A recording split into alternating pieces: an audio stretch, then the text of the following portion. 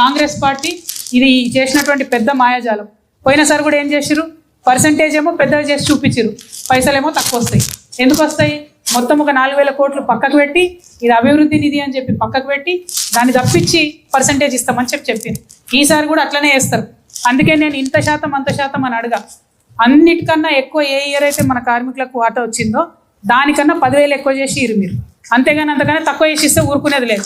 ఎంత పర్సంటేజ్ అంత పర్సంటేజ్ అని ఏఐసిటి వాళ్ళు మిగతా అన్ని సంఘాలు కూడా మాట్లాడుతున్నారు. కానీ దానివల్ల లాభం లేదు. ఎందుకంటే కాంగ్రెస్ పార్టీ అంటేనే విద్రోహ పార్టీ. కార్మికులను కూడా మీరు అన్యాయం చేసిరు కాబట్టి కంపల్సరీ ఇంతకుముందు వచ్చినటువంటి మ్యాక్సిమం అమౌంట్ మీద 10,000 ఎక్కువ చేసేయాలి, కానీ ₹1 తగ్గినా ఊరుకోమని కూడా తెలియజేస్తా ఉన్నాం.